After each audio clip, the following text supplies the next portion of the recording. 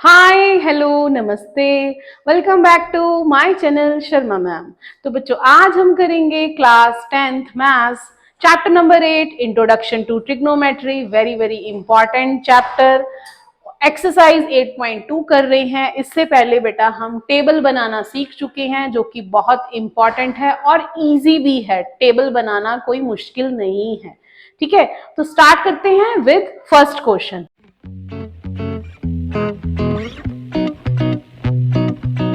First question is sin 60 cos 30 plus sin 30 cos 60। तो बेटा मैंने पहले भी बोला था आपको कुछ कुछ ऐसी वैल्यूज हैं जो आपको याद रखनी है। जैसे sin 60 is same as cos 30 and cos 30 is same as sin 60 हो गया, और इसी तरह sin 30 और cos 60 सेम रहेगा। tan 45 की वैल्यू याद रखें, cos 45 की वैल्यू याद रखें। वैसे तो आपको टेबल बनाना आता है, जब आप बहुत सारे क्वेश्चंस कर लोगे तब आपको याद ही हो जाएंगी वैल्यूज। तो स्टार्ट करते हैं with first question. sin 60 cos 30 plus sin 30 cos 60। sin 60 की वैल्यू रहती है बेटा √3/2 और cos 30 की भी वैल्यू वही रहती है, प्लस इसकी वैल्यू हाफ, उसकी भी वैल्यू हाफ। अब बेटा रूट को रूट से ही मल्टीप्लाई करना है, तो √3 इंटू √3 इज 3, 2 2 जा 4, 1 1 जा 1, 2 2 जा 4, तो 3 + 1 डिनोमिनेटर सेम है, ऐड हो जाएगा, आंसर इज 1। तो इस क्वेश्चन का आंसर आ गया है 1। अब नेक्स्ट स्टार्ट करते हैं सेकंड पार्ट। सेकंड पार्ट में हमें वैल्यू दे रखी है 2 tan स्क्वायर 45। मींस बेटा वैल्यू का स्क्वायर करना है। Okay, cos square 30 minus sin square 60। अब यहां पर tan 45 रहता है 1, cos 30 सेम एज sin 60, तो √3/2 का square minus sin 60 is also √3/2 का स्क्वायर। तो देखिए ये पॉजिटिव नंबर हो गया, ये नेगेटिव, ये कट हो सकता है, तो आंसर इज 2। ठीक है, पॉजिटिव नेगेटिव कट हो सकता है, आंसर इज 2। अब नेक्स्ट स्टार्ट करते हैं थर्ड क्वेश्चन। थर्ड पार्ट के लिए बेटा पहले इरेज कर लेते हैं इसको। अब थर्ड पार्ट में हमें दे रखा है cos 45 और डिनोमिनेटर में दिया हुआ है सीकेंड 30 प्लस कोसिकेंड 30। अब देखिए cos 45 क्या रहेगा, वैल्यू क्या रहेगी 1/√2 डिवाइड बाय सीकेंड 30 ढूंढना है। Secant 30 same as cos 30। cos 30 क्या था हमारा √3/2 प्लस कोसिकेंड 30। सीकेंड 30 cos 30 का रेसिप्रोकल रहेगा, तो यहां पर 2/√3 आएगा, और cosecant 30 is reciprocal of sin 30, तो वो 2 आ जाएगा। अब मैंने यही बताया था पिछली वीडियो में भी आपको कि बेटा इन चीजों को आपने सीखना है, कैसे सॉल्व करना है, यही तो सब सीखना है। वैल्यूज तो आपने पुट कर दी, अगर आपको वैल्यूज याद हैं या फिर आपको टेबल बनाना आता है, यहां तक भी क्वेश्चन कर रहे हो, वैल्यूज भर दी आपने, तो भी आपको हाफ मार्क्स रिवार्ड किया जाएगा। ठीक है, अब स्टार्ट करते हैं इसको। ऊपर की फ्रैक्शन को ऐसे ही रहने देते हैं, पहले नीचे की फ्रैक्शन को सॉल्व करते हैं। 2 + 2√3/√3, तो ये आ गया 1/√2, 1/√2 इंटू 2 + 2√3 इंटू √3। ठीक है, इस तरह हो गया। अब √3/√2, 2 कॉमन आ सकता है, 1 + √3। अब करना क्या है, यहां पर क्या काम कर क्या रहे हैं, यहां पर हम बच्चे, यहां पर हमने नीचे रूट नहीं छोड़ना। ठीक है, नीचे के रूट को खत्म कर देना है। तो इस रूट को खत्म करने के लिए √2 और √2 से मल्टीप्लाई कर देते हैं। ये बन जाएगा √6 ऊपर, और ये बन जाएगा 2, और इसके साथ ये हो गया 2, तो 2 2 जा 4 हो गया। ये यहां तक क्लियर हो गया आपको। अब नेक्स्ट करते हैं। नेक्स्ट स्टेप क्या रहेगा, नेक्स्ट स्टेप रहेगा बच्चे इसको रैशनलाइज करेंगे। √6/4 सेपरेट आ जाएगा, 1 - √3, 1 - √3, इस तरह ले लिया हमने, रैशनलाइजेशन कर ली। अब इसको सॉल्व करेंगे। √6 इंटू 1 माइनस √3 अपॉन 4, ये आ जाएगा a square minus b square. ठीक है, ये है a plus B, a minus B. तो √6 1 माइनस √3 4 1 माइनस 3, तो √6 4 माइनस 2 आ गया, -2 1 माइनस √3। अब यहां पर √6 को अंदर भी ले जा सकते हैं और ये बन गया -8। अब माइनस को अगर एडजस्ट करना है बच्चे तो क्या करेंगे, यहां पर इस वैल्यू को आगे ले आएंगे, माइनस कॉमन ले लेंगे, √18 माइनस √6 अपॉन -8, ये आ गया हमारा आंसर, √18 माइनस √6 अपॉन 8। ठीक है, √18 को 3√2 भी लिख सकते हैं। ठीक है, तो ये था हमारा थर्ड पार्ट, जिसको आपने इसी तरह ही सॉल्व करना है। एक ही चीज याद रखनी है कि डिनोमिनेटर में अगर रूट आ रहा है तो किसी ना किसी तरह उसको खत्म करना है। अगर अकेली टर्म है तो उसको न्यूमरेटर डिनोमिनेटर से मल्टीप्लाई करके फिर सॉल्व करना है। अगर दो टर्म्स हैं तो रैशनलाइजेशन लेकर खत्म कर देना है, रूट नीचे नहीं छोड़ना। तो ये था थर्ड पार्ट। अब स्टार्ट करते हैं नेक्स्ट फोर्थ पार्ट।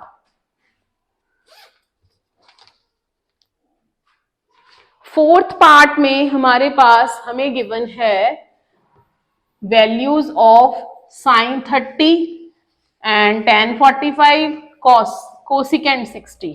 तो ये सारी वैल्यूज हम डाल लेंगे, तो देखते हैं क्या बनता है। फोर्थ पार्ट में हमारे पास है sin 30 plus tan 45 minus cosecant 60 upon सीकेंड 30 plus cos 60 plus cot 45। तो देखिए बेटा, पहले वैल्यूज डालते हैं। यहां पर sin 30 है 1/2, tan 45 है 1, कोसिकेंड 60 क्या रहेगा, cosecant 60 is reciprocal of sin 60, तो वो उधर था √3/2, तो ये हो जाएगा 2/√3। अब यहां पर इसको सॉल्व करते हैं। सीकेंड 30 इज रेसिप्रोकल ऑफ cos 30, तो वो था √3/2, तो 2/√3 आ जाएगा। cos 60 is 1/2 plus this is 1। देखिए वैल्यूज तो ऊपर नीचे सेम है, बस साइन का डिफरेंस है। तो ये चीज नहीं करनी बेटा कि इसको इससे काट दिया, इसको इससे, तो 1 आंसर रॉन्ग है। ठीक है, बहुत सारे स्टूडेंट्स इस मेथड को इस तरह करते हैं, तो बेटा ये मेथड रॉन्ग है। कटिंग तभी होती है बच्चे जब नंबर्स आपके मल्टीप्लिकेशन में हैं या कॉमन आ रहे हैं। अब यहां पर एलसीएम लेंगे, सबसे पहले ऊपर वाले टर्म्स का लेते हैं, वो आ जाएगा 2√3, सीधा सीधा, कुछ कॉमन ही नहीं है।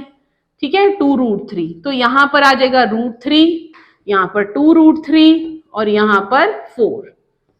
उसके बाद अब नीचे 2√3 सेम एलसीएम इज 2√3, तो यहां पर आएगा 4, यहां पर आएगा आपके पास √3 और यहां पर आ जाएगा 2√3।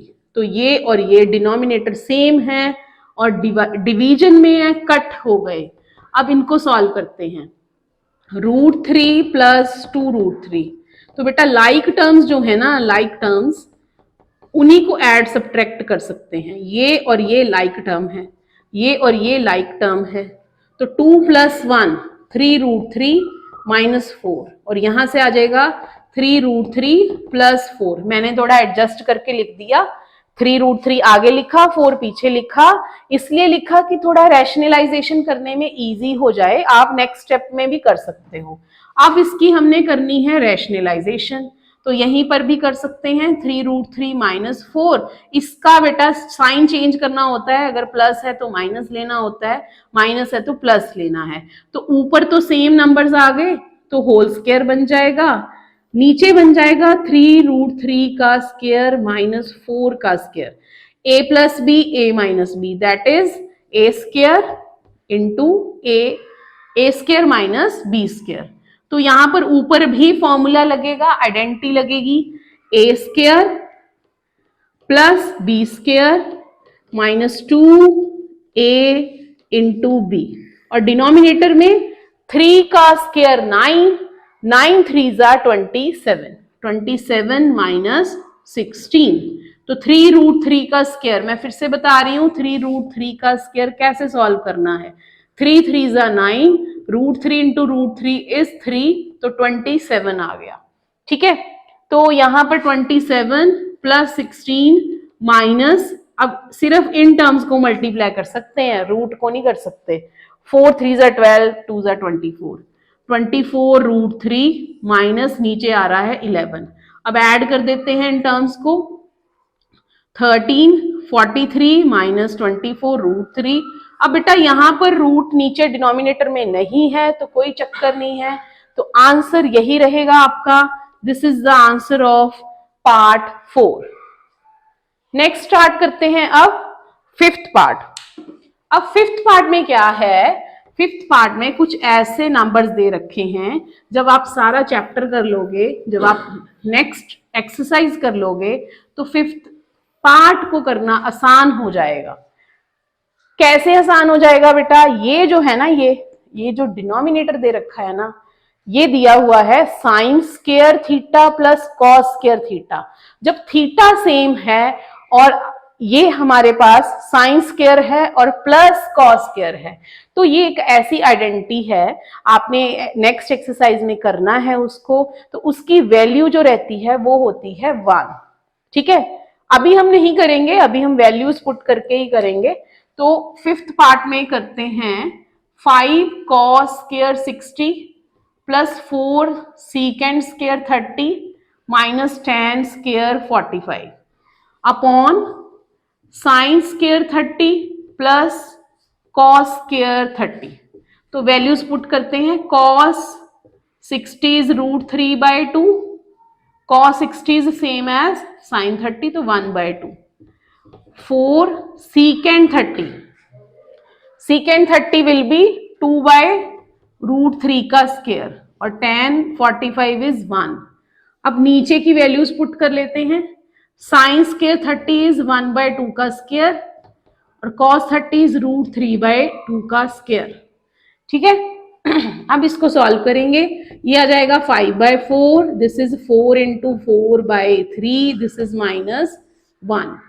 ठीक है, तो ये नीचे बनेगा 1/4 प्लस 3/4। तो ऊपर वाली टर्म्स को सॉल्व कर लेते हैं, 5/4 प्लस 16/3 -1, और नीचे बन रहा है 4/4 मीन्स 1, खत्म हो गया डिनोमिनेटर। यहां पर इसके बाद डिनोमिनेटर में 1 आ गया है, तो ये खत्म हो गया। अब इसको सॉल्व करते हैं बेटा, एलसीएम आ जाएगा इसका 12, तो यहां पर 3 चाहिए तो 15, यहाँ पर 4 चाहिए तो 16 4 जा 64, यहाँ पर 1 है तो यहाँ पर हमें 12 चाहिए, -12। तो अब इसको कैलकुलेट कर लेते हैं, 64 और 15 में से 12 गए 3/12, तो this is 67/12 is the answer of fifth part. तो ये था क्वेश्चन नंबर 1 ऑफ एक्सरसाइज 8.2। तो please like share and subscribe our channel.